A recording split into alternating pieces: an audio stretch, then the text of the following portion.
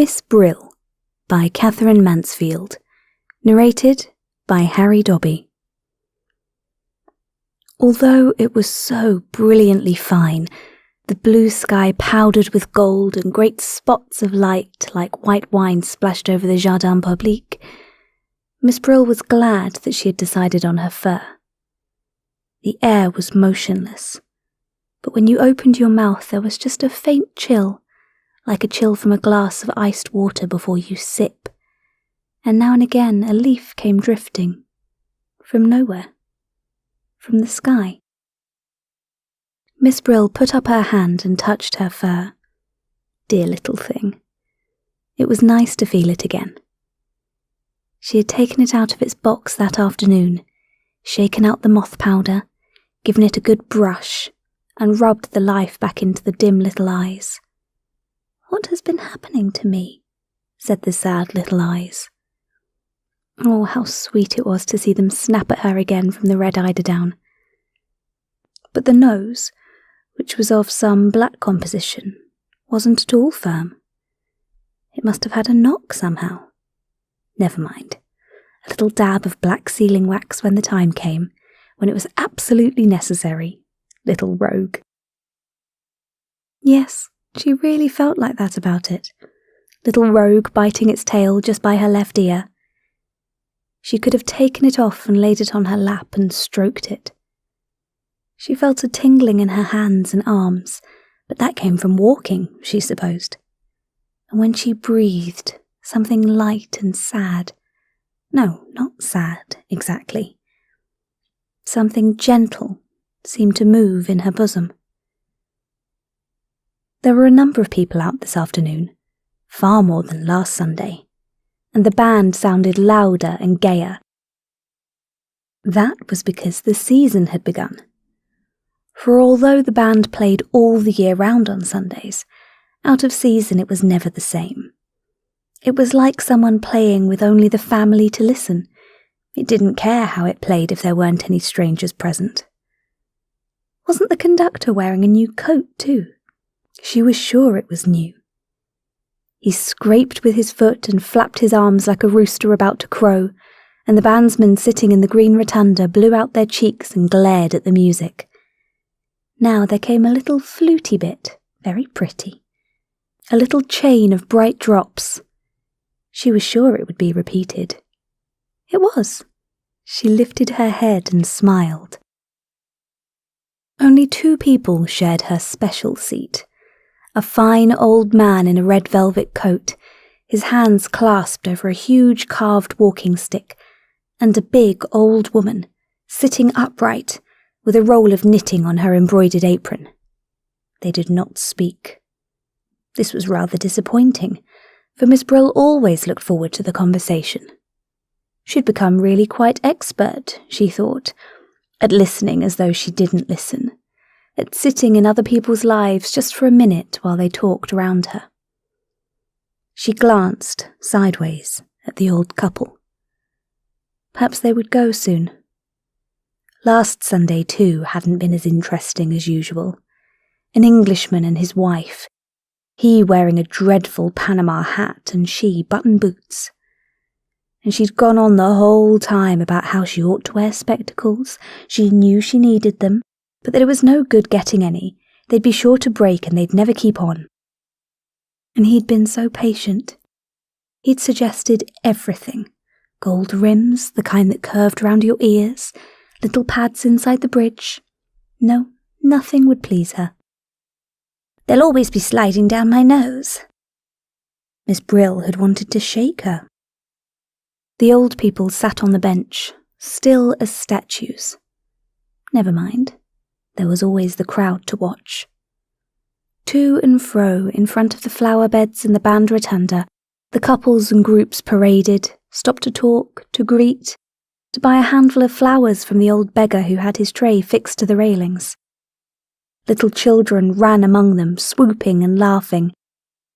Little boys with big white silk bows under their chins, little girls, little French dolls, dressed up in velvet and lace, and sometimes a tiny staggerer came suddenly rocking into the open from under the trees, stopped, stared, a suddenly sat down flop, until its small, high-stepping mother, like a young hen, rushed scolding to its rescue.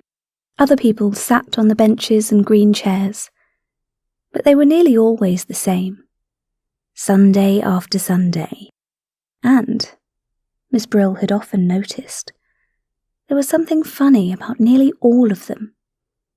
They were odd, silent, nearly all old, and from the way they stared, they looked as though they'd just come from dark little rooms or even cupboards. Behind the rotunda, the slender trees with yellow leaves down drooping, and through them just a line of sea, and beyond the blue sky with gold-veined clouds. Tum-tum-tum, tiddle-lum, tum-tiddly-yum-tum-ta, blew the band. 2 young girls in red came by, and 2 young soldiers in blue met them, and they laughed and paired and went off arm in arm. 2 peasant women with funny straw hats passed, gravely, leading beautiful smoke-coloured donkeys. A cold, pale nun hurried by. A beautiful woman came along and dropped her bunch of violets, and a little boy ran after to hand them to her, and she took them and threw them away as if they'd been poisoned. Dear me, Miss Brill didn't know whether to admire that or not. And now an ermine toque and a gentleman in grey met just in front of her. He was tall, stiff, dignified, and she was wearing the ermine toque she'd bought when her hair was yellow. Now everything, her hair, her face, even her eyes, was the same colour as the shabby ermine, and her hand in its cleaned glove, lifted to dab her lips, was a tiny yellowish paw. Oh, she was so pleased to see him, delighted. She rather thought they were going to meet that afternoon. She described where she'd been, everywhere, here, there, along by the sea. The day was so charming, didn't he agree? And wouldn't he, perhaps? But he shook his head, lighted a cigarette, slowly breathed a great deep puff into her face, and even while she was still talking and laughing, flicked the match away and walked on. The ermine toque was alone. She smiled more brightly than ever, but even the band seemed to know what she was feeling and played more softly, played tenderly, and the drum beat, the brute, over and over. What would she do? What was going to happen now? But as Miss Brill wondered, the ermine toque turned, raised her hand as though she'd seen someone else much nicer just over there, and pattered away. And the band changed again, and played more quickly, more gaily than ever, and the old couple on Miss Brill's seat got up and marched away. And such a funny old man with long whiskers hobbled along in time to the music, and was nearly knocked over by 4 girls walking abreast. Oh, how fascinating it was! How she enjoyed it! How she loved sitting here watching it all! It was like a play. It was exactly like a play. Who could believe the sky at the back wasn't painted? But it wasn't till a little brown dog trotted on solemn, and then slowly trotted off like a little theatre dog, a little dog that had been drugged, that Miss Brill discovered what it was that made it so exciting. They were all on the stage. They weren't only the audience, not only looking on, they were acting. Even she had a part and came every Sunday. No doubt somebody would have noticed if she hadn't been there. She was part of the performance after all. How strange she'd never thought of it like that before. And yet it explained why she'd made such a point of starting from home at just the same time each week, so as not to be late for the performance. And it also explained why she had quite a queer, shy feeling at telling her English pupils how she spent her Sunday afternoons. No wonder. Miss Brill nearly laughed out loud. She was on the stage. She thought of the old invalid gentleman to whom she read the newspaper 4 afternoons a week while he slept in the garden. She had got quite used to the frail head on the cotton pillow, the hollowed eyes, the open mouth and the high, pinched nose. If he'd been dead, she mightn't have noticed for weeks. She wouldn't have minded. But suddenly, he knew he was having the paper read to him by an actress. An actress! The old head lifted. 2 points of light quivered in the old eyes. An actress, are you? And Miss Brill smoothed the newspaper as though it were the manuscript of her part and said gently, Yes, I have been an actress for a long time. The band had been having a rest. Now they started again. And what they played was warm, sunny, yet there was just a faint chill, a something. What was it? Not sadness, no, not sadness. A something that made you want to sing. The tune lifted, the light shone, and it seemed to Miss Brill that in another moment all of them, all the whole company would begin singing. The young ones, the laughing ones who were moving together, they would begin, and the men's voices, very resolute and brave, would join them.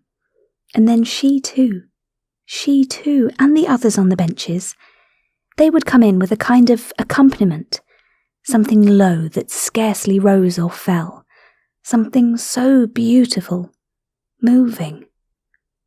And Miss Brill's eyes filled with tears, and she looked smiling at all the other members of the company. Yes, we understand. We understand, she thought. Though what they understood she didn't know. Just at that moment, a boy and girl came and sat down where the old couple had been. They were beautifully dressed. They were in love. The hero and heroine, of course, just arrived from his father's yacht, and still soundlessly singing, still with that trembling smile, Miss Brill prepared to listen. No, not now, said the girl. Not here, I can't. But why? Because of that stupid old thing at the end there? Asked the boy. Why does she come here at all? Who wants her? Why doesn't she keep her silly old mug at home? It's her fur which is so funny, giggled the girl. It's exactly like a fried whiting. Ah, be off with you, said the boy in an angry whisper. Then, tell me, ma, petty cher. No, not here, said the girl. Not yet. On her way home, she usually bought a slice of honey cake at the baker's. It was her Sunday treat. Sometimes there was an almond in her slice, sometimes not. It made a great difference. If there was an almond, it was like carrying home a tiny present, a surprise, something that might very well not have been there. She hurried on the almond sundaes and struck the match for the kettle in quite a dashing way. But today she passed the baker's by, climbed the stairs, went into the little dark room, her room like a cupboard, and sat down on the red eiderdown. She sat there for a long time. The box that the fur came out of was on the bed. She unclasped the necklet quickly without looking, laid it inside. But when she put the lid on, she thought she heard something cry.